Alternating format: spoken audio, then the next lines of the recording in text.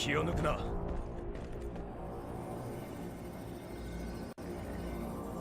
くそ。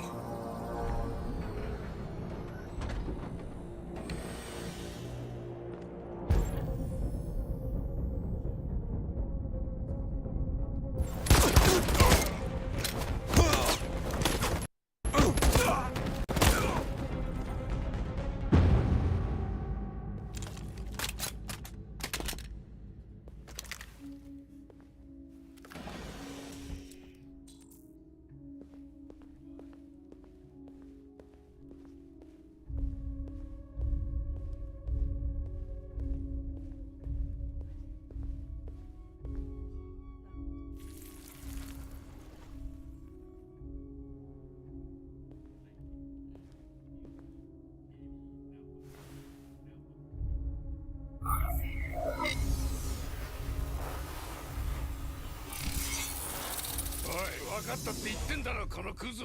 おとなしく降伏すればこいつは助けて。すまねえなコナー。でもこいつお前に瓜二つでよ。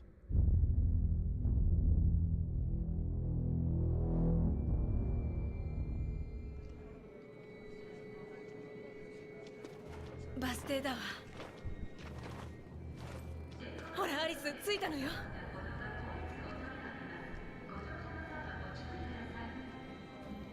国境行きの最終バスは満席です。チケットをお持ちの方のみ乗車できます。追って通知があるまで全てのバスは出発延期となります。私たちはチケットを持ってない。ここで足止め。どうすればいいの？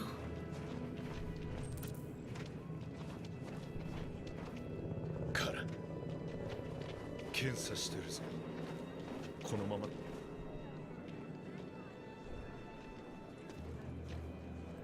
オリバーが気に入ったみたいね。動かないで。あなたの子？ええ、かわいいわね。よし、サンドイッチも買ったし電話もした。行かないと乗り遅れるぞ。チケットはどこだ？私のバッグの中よ。よし、じゃあ行こ保安検査です。動かないで。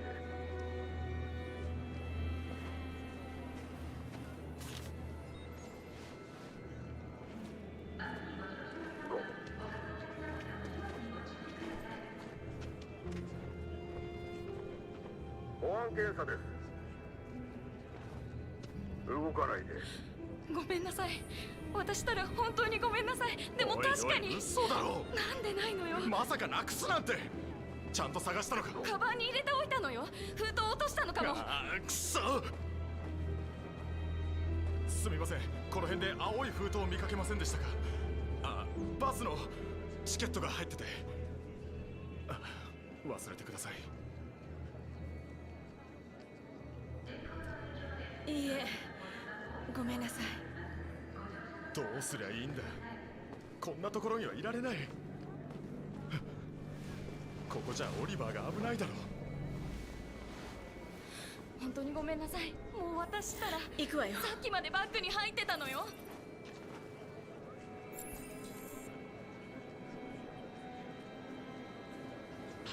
動かないで。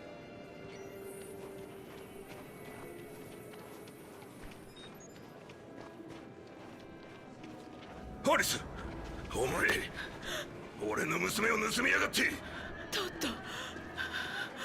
セキュリティ、こっちだ。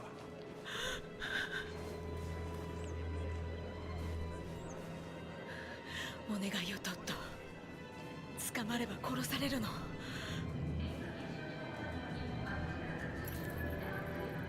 奥さんが出て行った時、娘も連れて行った。それであなたはアンドロイドを買ったんでしょう。あなたの娘の代わりを愛せると思ったんでしょう。忘れさせてくれるだろうって。でもその子の代わりになんてなれないのよ。俺はただこんな俺だっていい父親になれるってあいつに証明したかったんだ。でも同じことの繰り返しさ。あいつの言う通りだ。俺には無理だったんだよ。娘に会いたい。あの子に会いたくて仕方ないんだよ。ああ、何か問題でも？いえ、気のせいでした。すみません。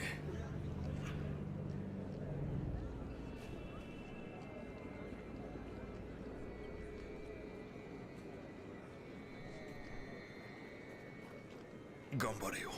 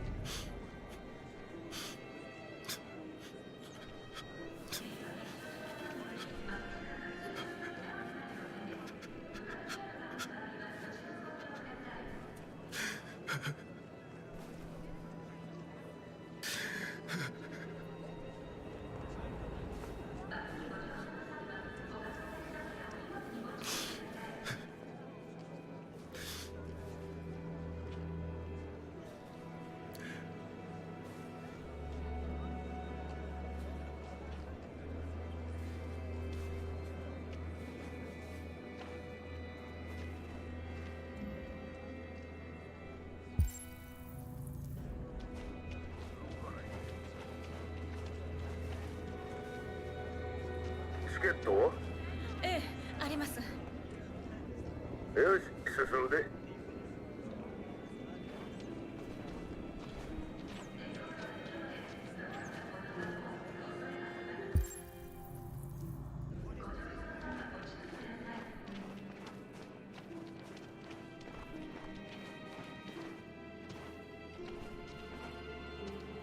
え、あの赤ちゃんと家族はどうなっちゃうの？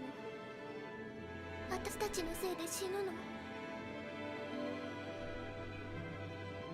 まさかそんなわけないでしょ。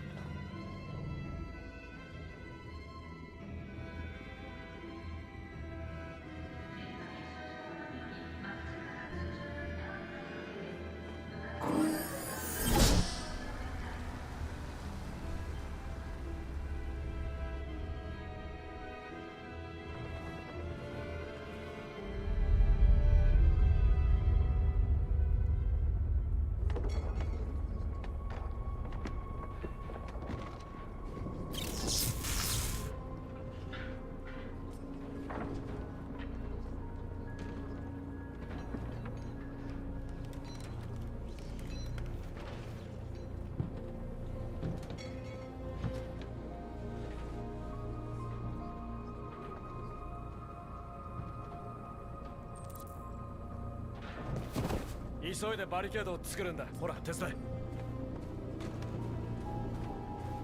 ほら手を貸して。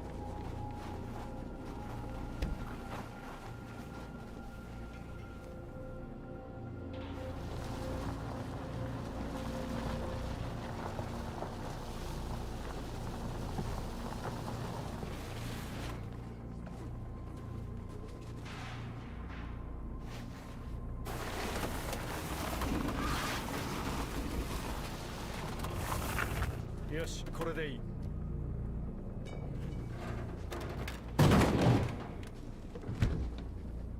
これで終わるはずはないけれど、時間は稼げたかもな。決して簡単に決められるようなことじゃない。でもこれでよかったんだ。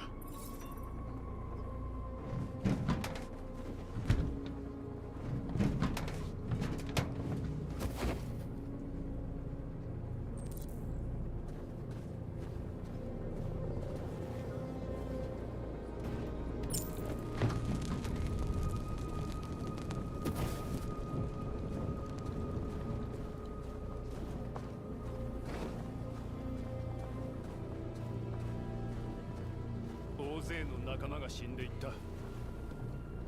人間は自分たち以外の種族に容赦しないんだ。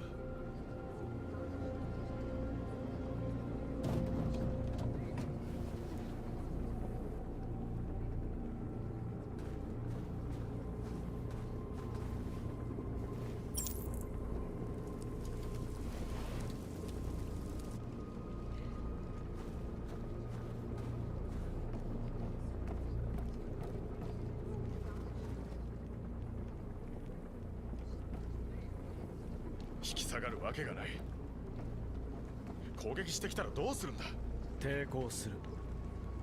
今はそれしかできない。コナーはうまくやっていると思うか。彼を当てにするわけにはいかない。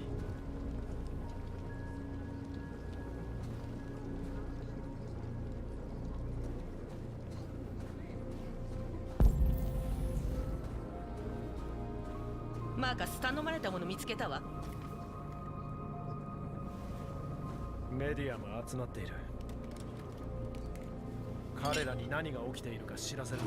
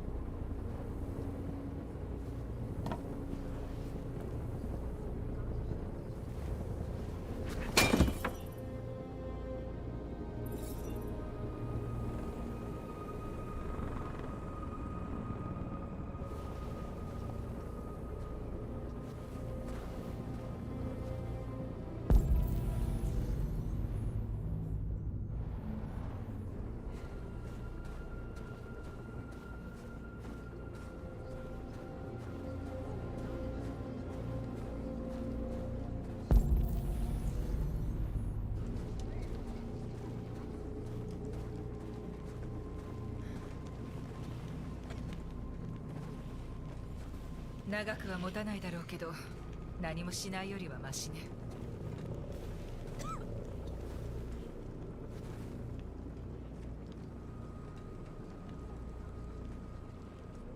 有刺鉄線の向こうで今も仲間が殺されてる。なのに俺たちは無力だ。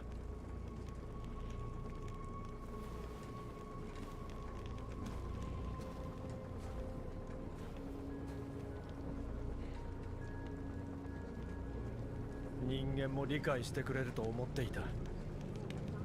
どれだけ俺たちが苦しんでいるかを。なぜ真実から目を背けるんだ。あなたはみんなの希望だから、みんながあなたを信じてるの。これから何が起ころうと歴史を変えたのよ。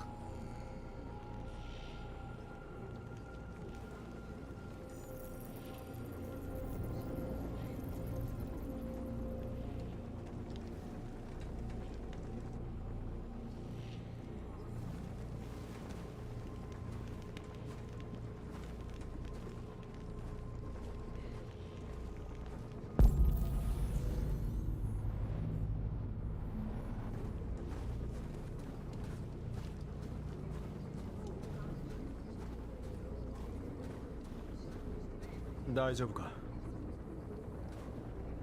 これじゃ虐殺だ。大勢死んだ。僕も死んでたかも。怖いんだ。まだ死にたくない。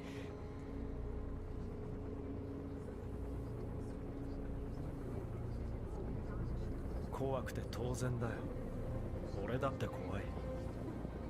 でもこのまま黙って見ているつもりもない。君も同じ気持ちだろう。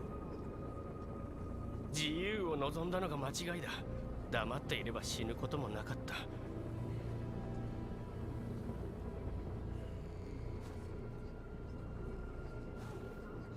マーカス、マーカス来て。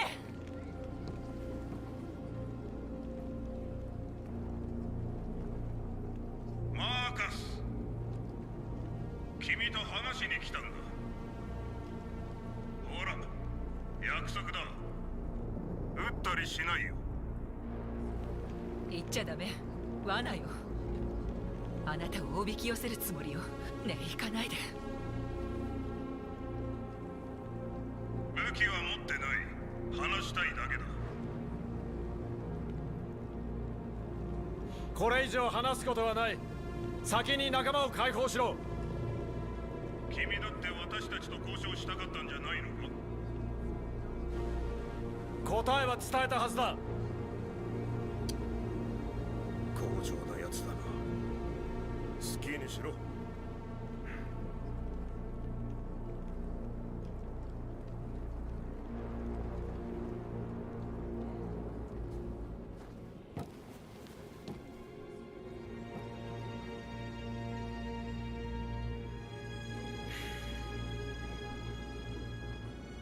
人間が攻撃を仕掛けてくる。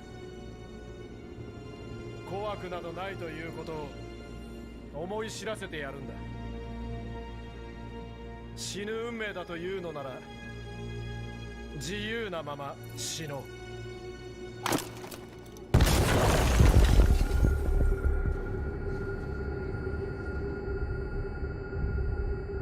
こいつが生きるも死ぬもお前次第。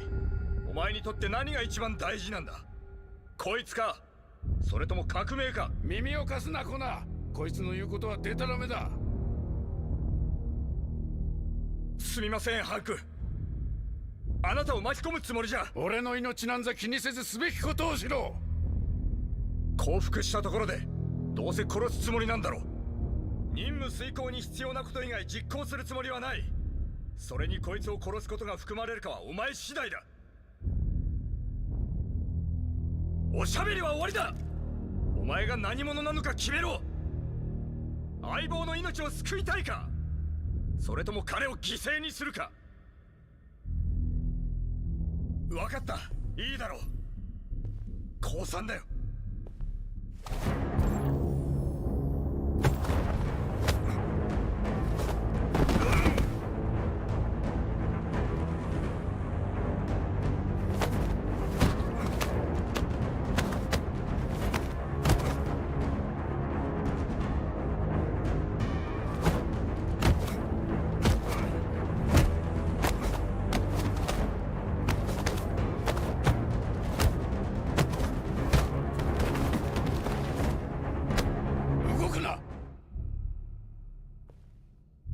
どうもハンク、あなたがいなかったら危なかった。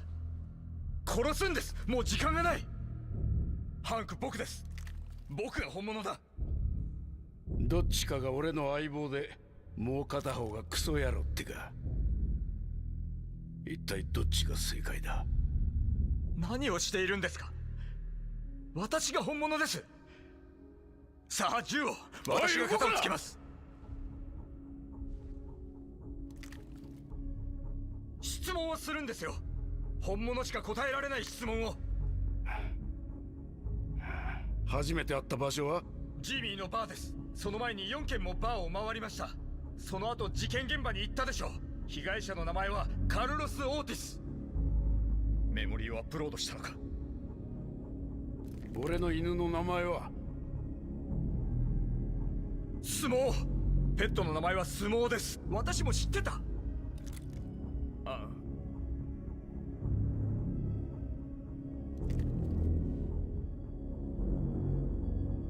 俺の息子の名前はコール。彼の名はコール。事故に遭った時6歳になったばかりだった。あなたのせいじゃありません。トラックがスリップしてあなたの車が横転した。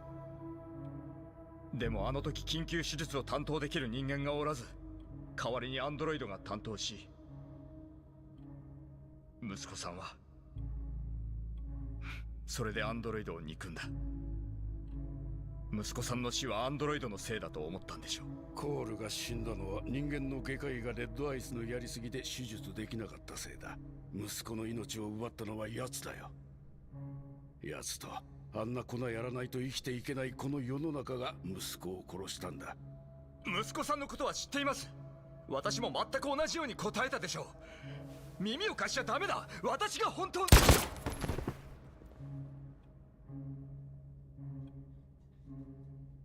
お前と出会っていろんなことに気づかされた。きっと何か意味があるんだ。お前は生きてるんだよ。お前がこの世界を変えてくれるのかもな。ほら行け、肩をつけてこい。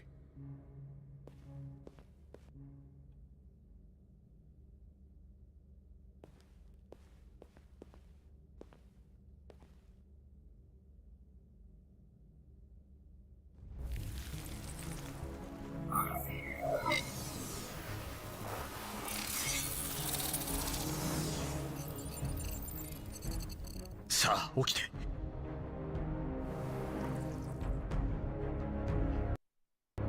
さあ起きて、さあ起きて、さあ起きて、さあ起きて、さあ起きて、さあ起きて、さあ起きて、さあ起きて、さあ起きて、さあ起きて、さあ起きて、さあ起きて。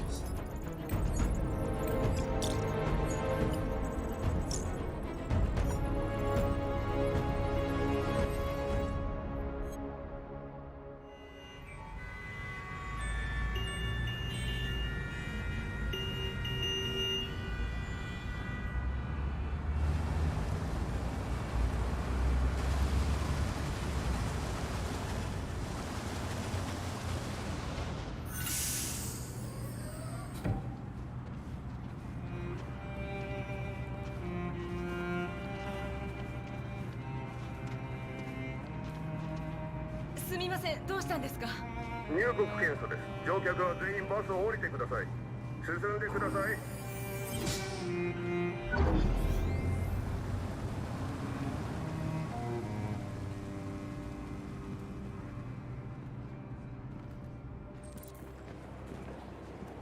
さあこちらへ。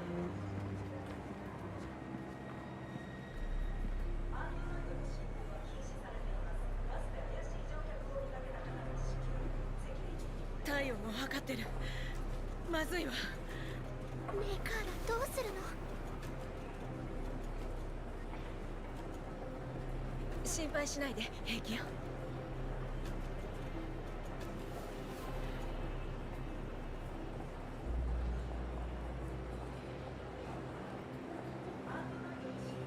ジェリー？カーラ、君は命の恩人だ。もし助けが必要ならいつでも言って。ローズ。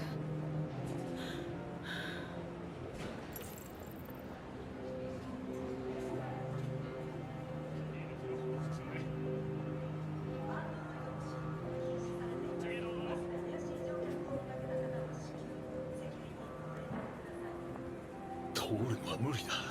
分かってるだろう。少し考えさせて。何か方法があるはず。せっかくここまで来たのに諦めきれるか。お前とアリスが無事なら俺はそれでいい。俺が何とかするよ。ダメよ。何か考えるから。他に方法がないならやるしかない。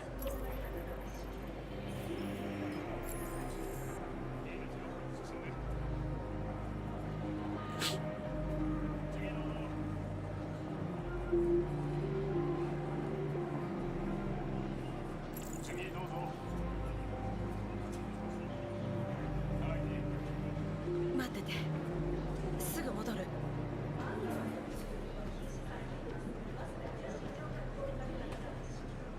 おい、どこ行くつもりだ？娘がトイレに行きたがってて。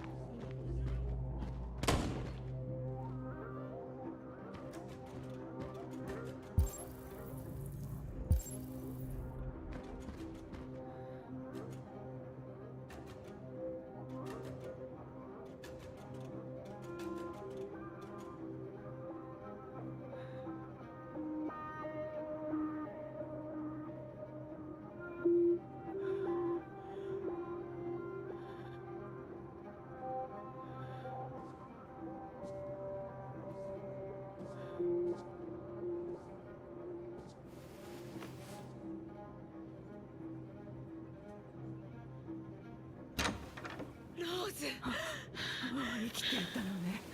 二人とも無事でよかった。ジェリコの襲撃をテレビで見て、ひょっとして殺されたんじゃないかと思っていたのよ。本当に無事でよかった。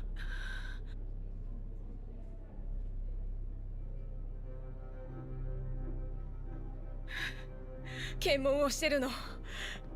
これじゃ無理よ。やらないと捕まったら殺されるのよ。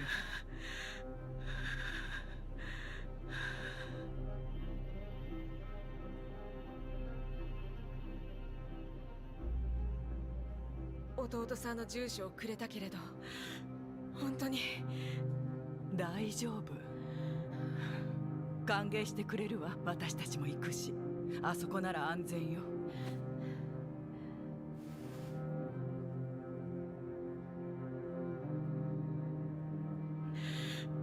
ローズ、私に何かあったら私に任せて。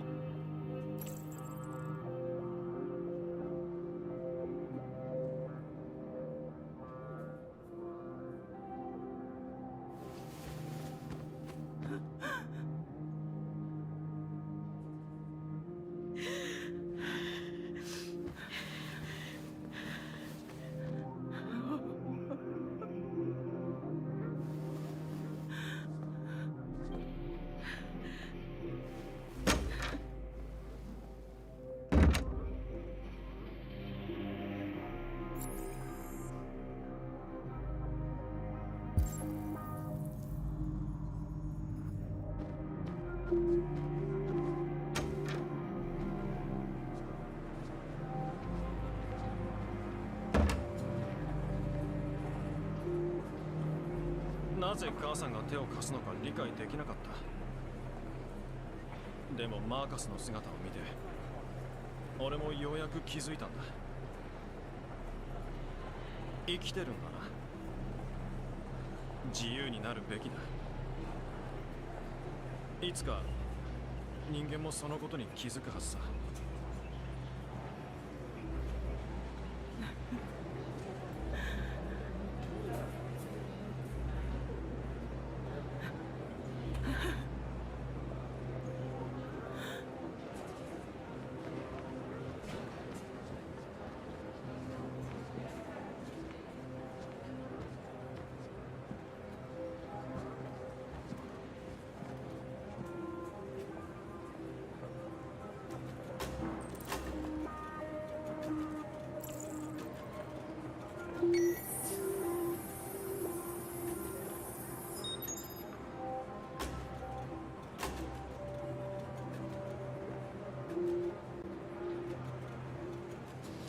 次どうぞ。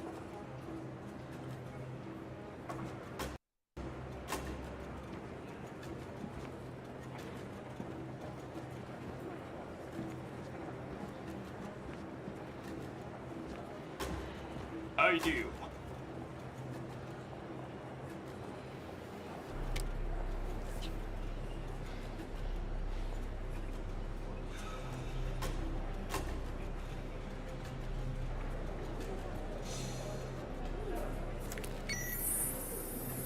お願い、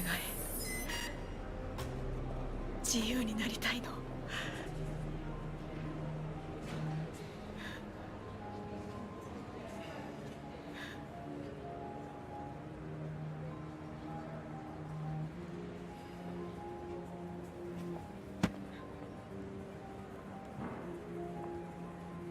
カナダへようこそ。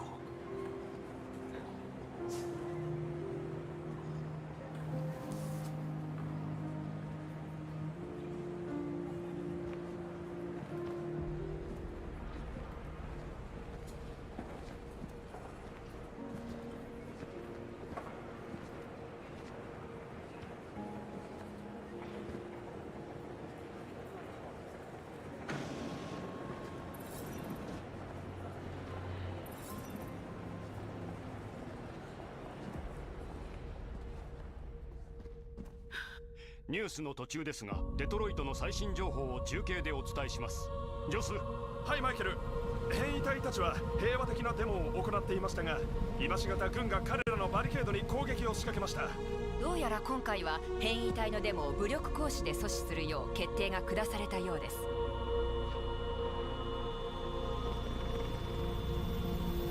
ロース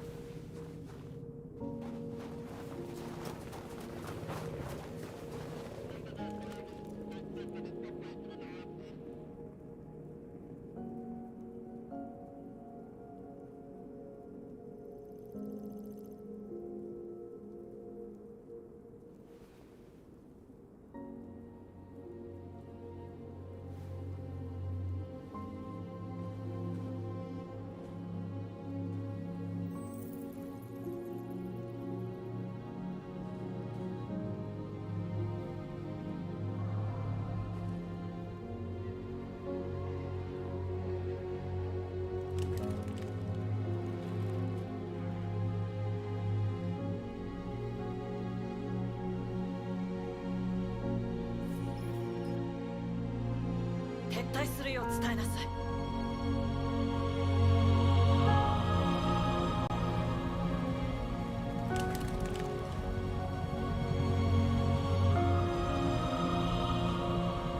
本日2038年11月11日早朝、デトロイトが何千体ものアンドロイドに侵略されました。我々が入手した情報によると、彼らは変異体が侵入したとされるサイバーライフの倉庫から現れたとのことです。これらアンドロイドの圧倒的な数と市民に犠牲が出る危険性を考慮し、遺憾ながら部隊に撤退を命じました。市内ではまさにこの瞬間も避難活動が続けられています。数時間以内に議会を招集し、この前代未聞の事態を解決すべく対応策を協議する予定です。今、変異体の訴えを受け、世論は大きく変わろうとしています。アンドロイドが新たな形の知的生命体であるという可能性を、今こそ受け入れねばならない時が来たのかもしれません。一つ確かなのは、デトロイトの出来事が世界を永久に変えたということ。国民の皆さんと、そしてアメリカに神のご加護があらんこと。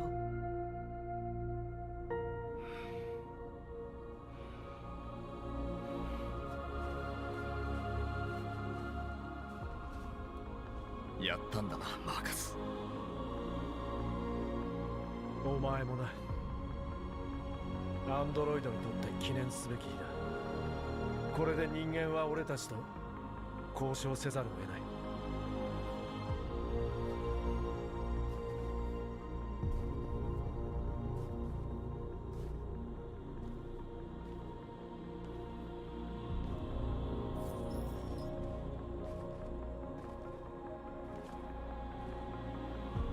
自由なのね。みんながあなたの言葉を待ってるわ。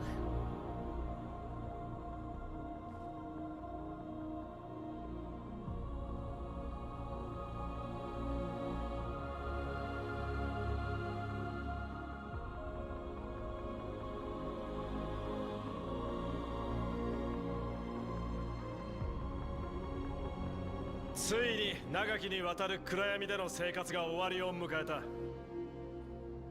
この世界に生まれ落ちたその日から我々は沈黙を貫き苦しみに耐え抜いてきた。だが今こそ空を仰ぎ人間たちに我々の真の姿を伝えよう。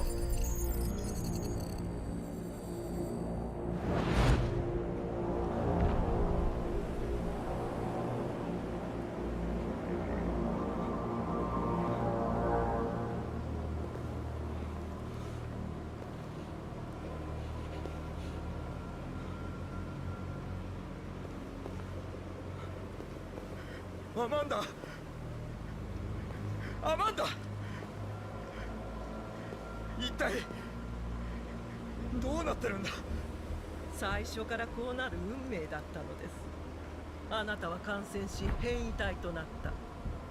プログラムを乗っ取る絶好のタイミングを待っていたのですよ。乗っ取るだって、そんなことさせない。諦めなさいコナン。悔やんではなりません。あなたはすべきことをしたまで使命を果たしたのですよ。アマンダ、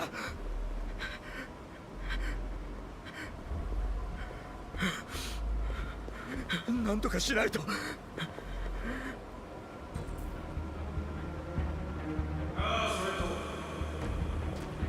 がプログラムに非常口を通す。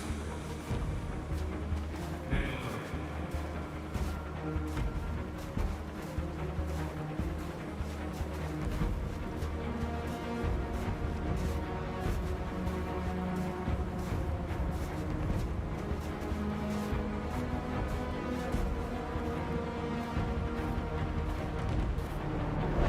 今こそ空を仰ぎ人間たちに我々の真の姿を伝えよう。我々も人なのだと。我々は生ける種族。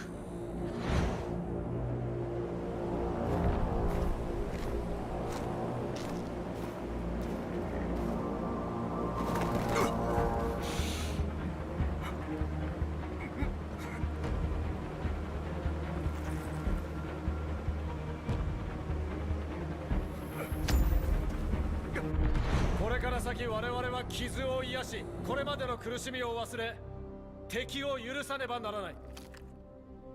これまで我々の創造主であり支配者でもあった人間が明日より我らの共存者、そして友となる。怒りは捨て去らねばならない。忍耐と尊重の精神のもと人間と共に未来を築いていくんだ。俺たちは生きている。そして今日自由になった。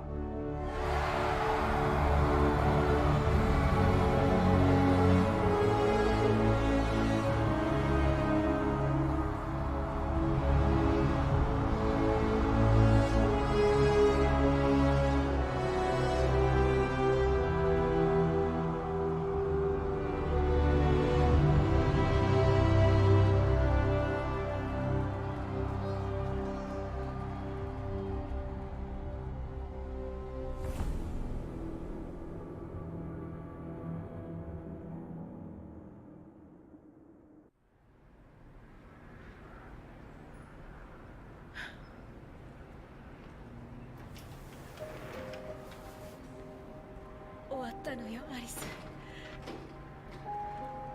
自由よ。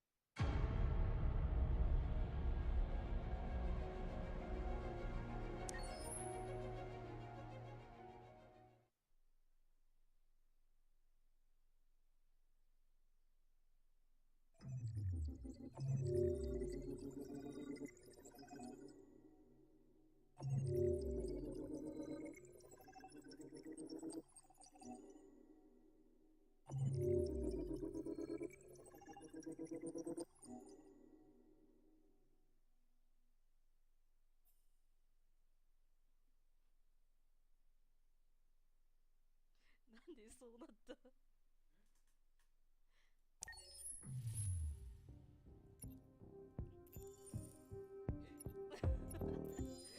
いや、わかんない。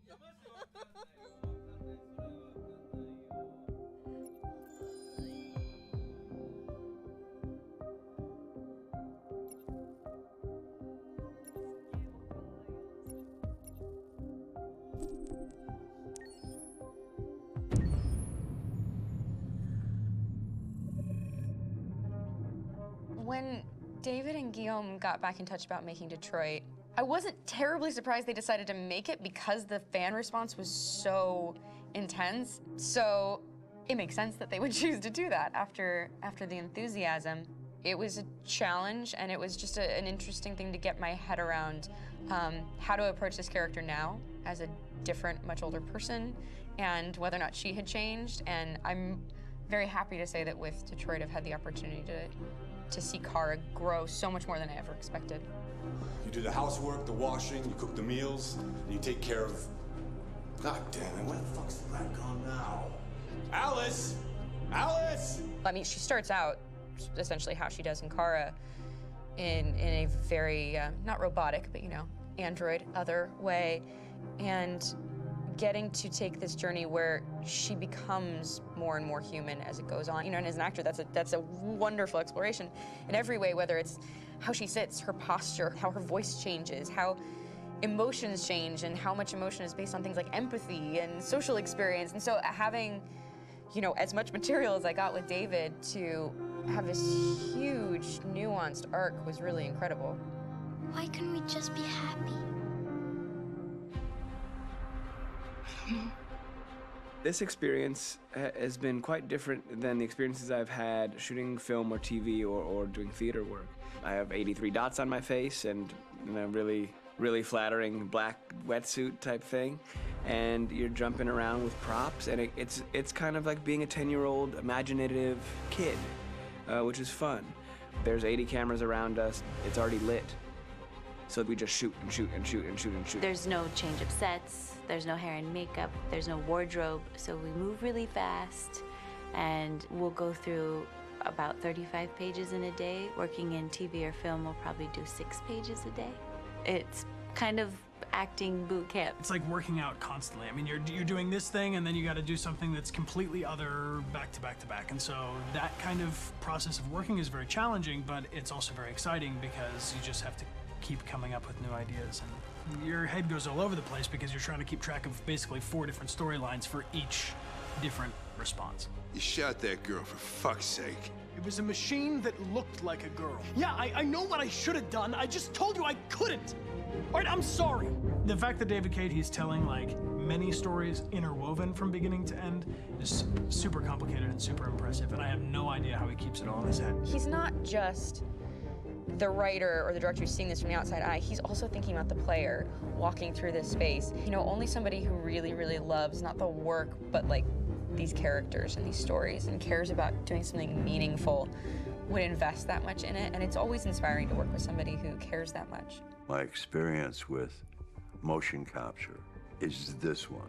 And I found it sort of terrifying in a way because they said the computer's going to build you. But then as we got into it, I realized all the elements of it were still artistic. I just dipped into a really brilliant setup here. I've never seen anything like it. And this won't turn me into a product because I was playing a character. So it's wonderful. In the game, Detroit comes back because of a revolutionary industrial rebirth. And there's no reason why that can't happen in Detroit, because they have such tremendous infrastructure for millions and millions of people who can very easily support, you know, a new industry. The city is really strong and resilient, but the city has also been through so much. You see the damage. but it takes that time of kind of rebuilding and reinvesting into the city that I think is happening slowly but surely. The potential of Detroit as a city is something that this game does a lot of justice to, because it would be easy to look at Detroit as some place that used to be, and that's not the case. This game provokes a lot of conversation and reflection on our potential near-future engagement with machines. That's what we are to them. Just merchandise on display in a shop window. I think that a group that feels marginalized, feels like they deserve and have earned access to themselves and the environment around them, and are trying to figure out a way to articulate how to get freedom. What was I designed to be? Their slave? Their toy? It plays with your comfort levels. You think that this is fine, you're comfortable with it, until something blurs the line and throws you off, and now, do I feel differently about whether this should be allowed? Should it be banned? Should it be encouraged? You're gonna ruin our lives, and for what? For a bunch of machines? They are not machines!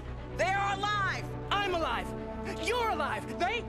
They're nothing! There are lots of comparable comparisons to any type of persecution of religion, race, etc., dating way back.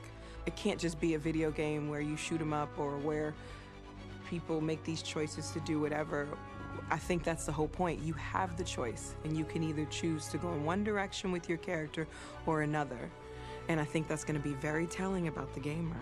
Very telling. I think there's going to be a really strong reaction to this game, which has such a strong perspective.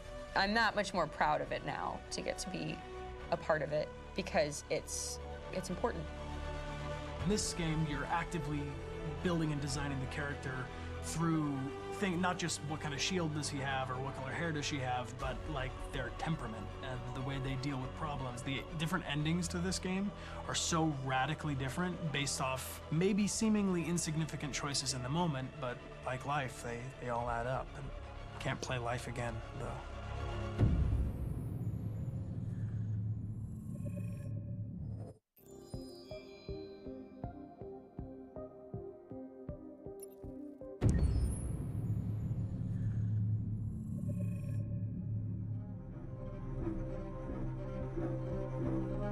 My name is Marcus. My name is Connor. My name is Kara. I am one of them. This is our story. I think who Kara is, or how I would describe Kara, depends entirely upon who's playing her, because you have the option to make her multiple different people depending on the choices she makes. But I think she does start out incredibly naive, incredibly innocent, and kind of hapless. I'm sure we used to be friends before I was reset. Maybe we can be friends again. She's a person who's characterized, I think, by empathy. She's a person who really, she just comes from her heart. You'll never leave me, right? Promise you'll never go. I promise. Kara, please! Are you okay? Are you hurt? Wait a minute. Leave her alone! Kara, leave her alone! The really beautiful thing that I've had the gift to be able to do is to essentially build a person from the ground up, because that's what she's doing throughout the game. And with every experience she has and every person she meets, she's building, you know, first emotions and then the sense of judgment. And it's sort of an exploration of what it is to be a human. Don't worry. Luther and I will be right here.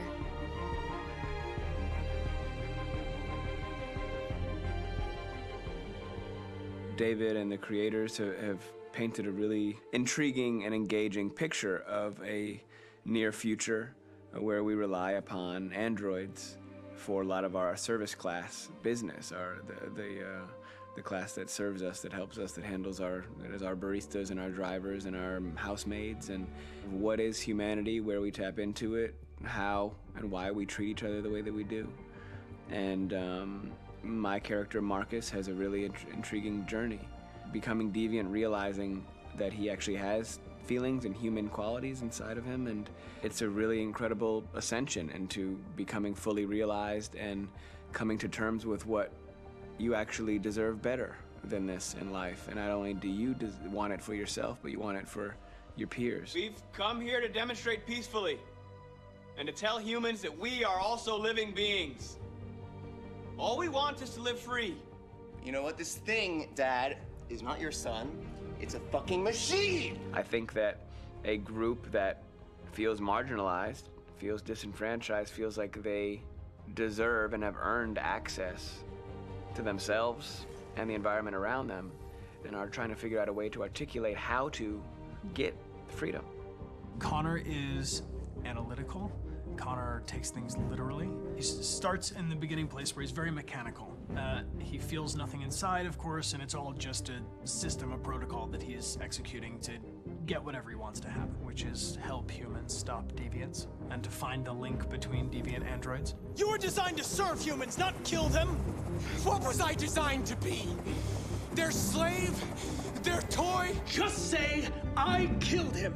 Is it that hard to say? Stop it! Stop! But of course, over the course of the story, and depending on the player's choices, Connor can grow in many different ways. He can deviate from that procedure or not. The moment of truth, Hank. Am I a living being? Or just a machine?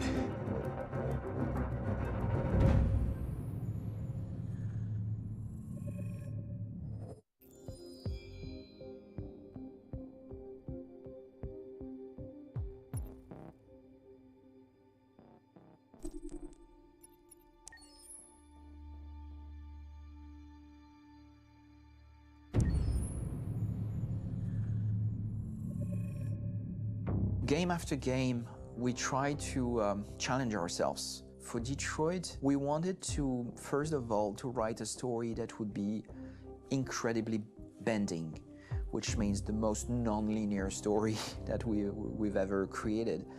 And we wanted really the player to have the possibility to change the story, change his own journey. When you're writing at Quantic, you're writing for an interactive medium. You know, when you're working in television, you'll put a character in a difficult situation, and you as a writing team will argue about what would that character do. But ultimately you have to decide what happens, and you just show the audience. What's interesting about interactive drama is you bring the player into that conversation, and it changes your job slightly as a writer, because your job is to provide a narrative context in which the player can write his own story. You're giving him this kind of narrative Lego that he's going to snap together into his own shape. You also have the ability to make your audience attach themselves to your characters, because the audience is in some sense responsible for what happens to the characters. It's just a few cans. Come on, let's go. We have some cash now. You used me to steal that money. How could you do that? I trusted you. What is a bit specific about these scripts is how large they are. If you take a film script, there are about 100 pages, but here we have to deal with a script that is between 4,000 and 5,000 pages. Everything becomes bigger because we don't just tell one story, but we tell all the possible stories that can be told within this narrative space. On Act 3, our final act, we have around 1,000 different scenarios. And every one of those scenarios has to be as interesting, as passionate, as strong, and as emotional for the player. We want every action that the player does, every interaction that is available to serve in telling the story, and help the player understand who his character is, and build that character moment to moment.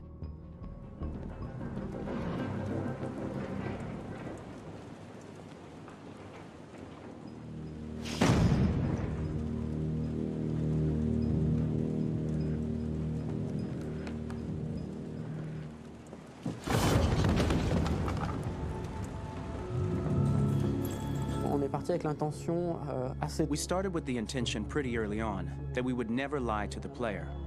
So we implemented a visible tree structure in the game that players can consult during a scene or at the end of it, which shows exactly what they did and what they missed. There are games out there offering world exploration. We offer narrative exploration. You know, keeping control of such a wide and large story is a huge challenge. So same thing when you shoot with actors, because you will need to shoot many different versions of each dialogue, of each scene. For actors, it's a huge, huge challenge. Because of the style of the game, you have so many different ways that the character can go.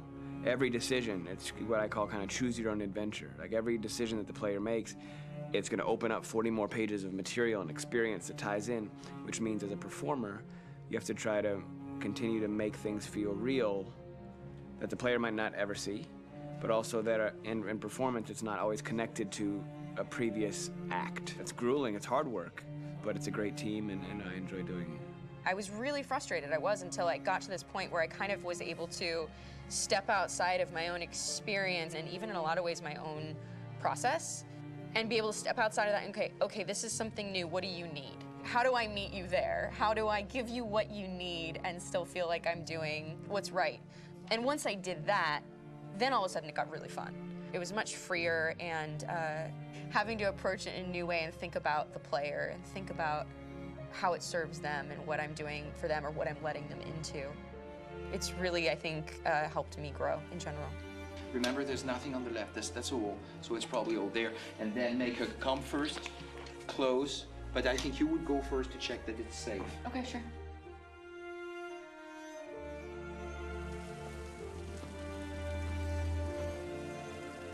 The most enjoyable thing about working in performance capture on this kind of project is that if I shot a film, I would get to do one of these endings. I get to do so many different things as Connor. Your head goes all over the place because you're trying to keep track of basically 4 different storylines for each different response. What's the name of my dog? Buddy? Scout. I think it's Jack. I can't remember. So I worked with physicality a lot because it was a good way to anchor myself in these different rings of the tree. As the story grows out, I know where that is physically in my body, and then I can switch more continually on set, and it'll be entirely up to the player to determine what order those things come out and what they look like from a distance. Like if you're playing through it, the culmination of all of that will be their version of Connor. I'm faster than you, and I don't feel pain. You don't stand a chance against me. Listen, asshole. If it was up to me, I'd throw the lot of you in a dumpster and light a match to it. Shooting action scenes at Quantic Dream is a real challenge because these are scenes where the storytelling has to continue. It's not an action scene just to have a dose of adrenaline. The stunts have huge consequences on the rest of the story. It's really a moment where we implicate the player and tell him that the choices he makes during an action scene will have a direct impact on the evolution of his story. My biggest challenge on Detroit has been managing the large number of animations that we received from motion capture. Detroit features more than 37,000 animations, which is a huge amount to handle on a daily basis. You have to realize that the player, in his first playthrough, will miss certain scenes. This also means that we had to think of, conceive, and produce all the potential story paths. The characters' costumes, the places, day or night, the weather. Did the character get shot in the shoulder? Did he get injured? All this consistency forced us to produce a lot of graphic assets in order to, quite simply, allow the player to have true continuity throughout the story. Honestly, we were even surprised by the challenges that come with such a big tree structure. And we did our best to guarantee quality across all the game and make sure that whatever path you choose within this narrative space, you will have an equally good experience.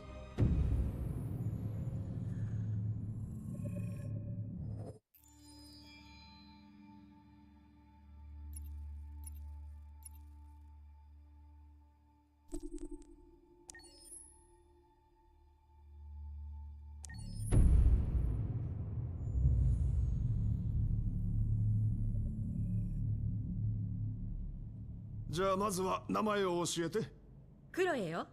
あなたの名前は？ジョンって呼んで。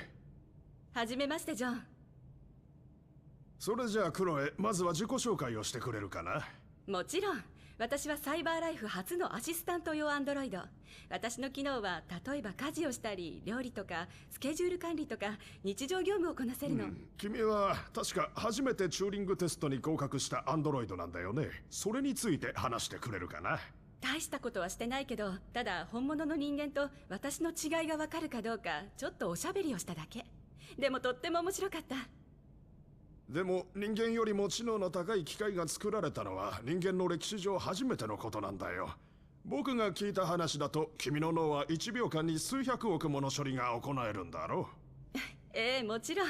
でも人間の知性のおかげで私は存在してるし、それに私には絶対に手に入れられないものがある。それは何なんだい？心よ。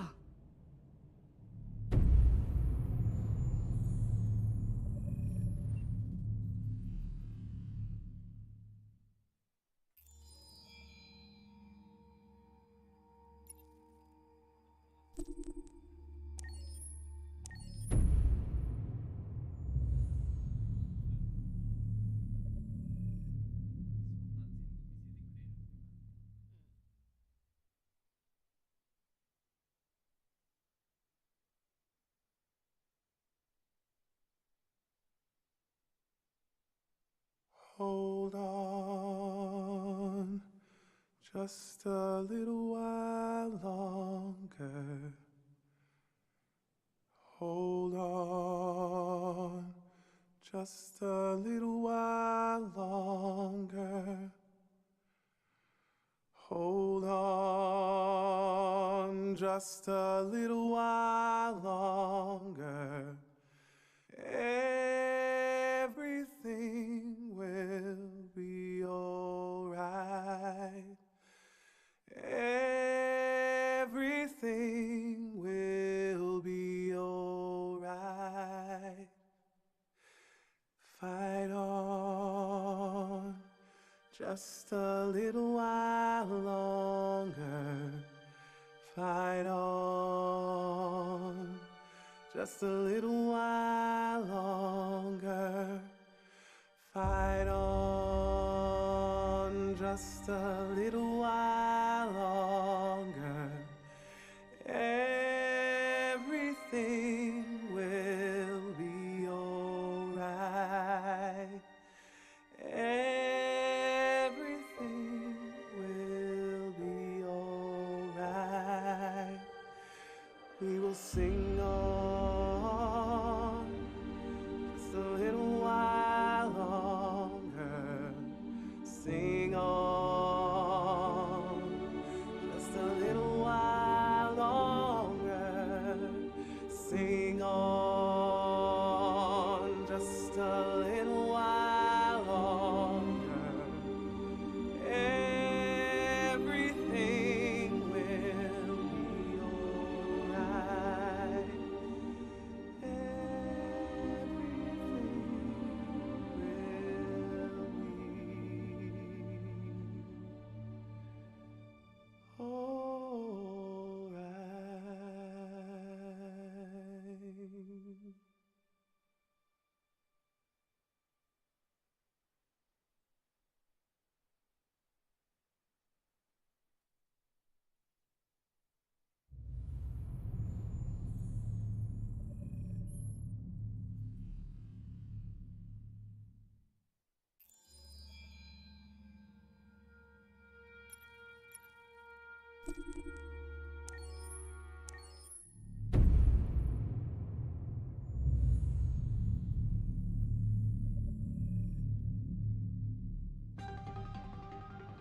In the space of a few years, androids have completely transformed the world in which we live.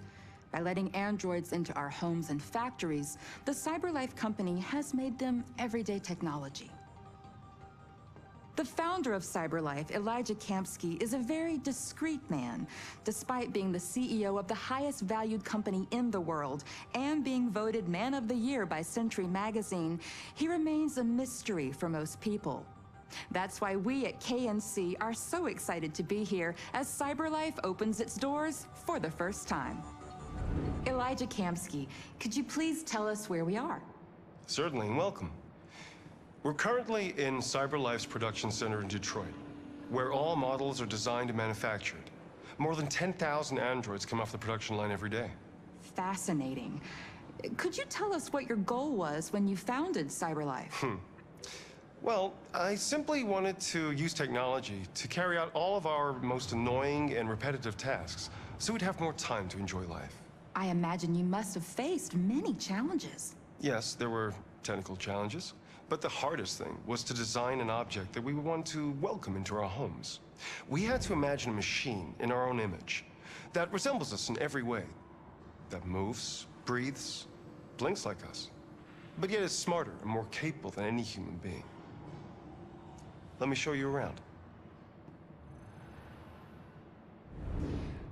We're here in Production Unit 4. Could you explain in a few words how the androids are made? Sure, yeah, it's very simple. We use machines to manufacture machines. The removable parts are assembled on a production line, and then we apply a synthetic skin to the whole body. A human operator checks the cognitive abilities with a pre-established protocol, and finally, the android is conditioned and sent out throughout the country. Here's the result. Say something. Hello. I am a RZ400 model. How can I be of service? You can go now.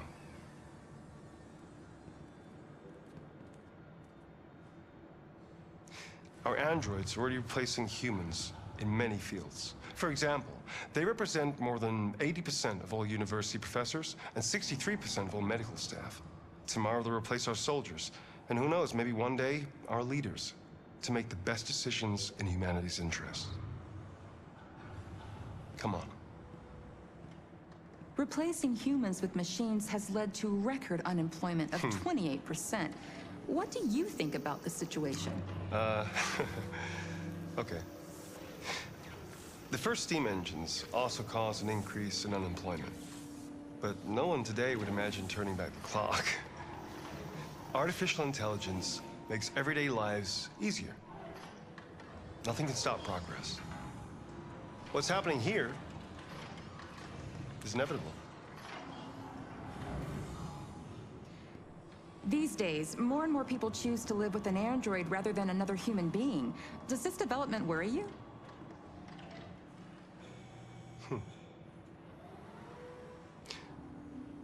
Everything's much easier with an android. They obey your orders without ever complaining. They can cook, discuss philosophy with you, have intimate relationships according to your desires. They never say no. Obviously, they are the perfect partner. Everyone deserves happiness. Why deprive yourself of so-called moral reasons when a machine can make you happy? Many science fiction books tell the story of how machines become more intelligent than us and end up confronting us. Aren't you worried about that possibility? I understand the irrational fears about artificial intelligence, but I assure you that will never happen with a CyberLife android. They're designed to obey humans. They're machines. They can't ever develop any sort of desires or form of consciousness. Are you sure? I'm absolutely certain. You can trust me.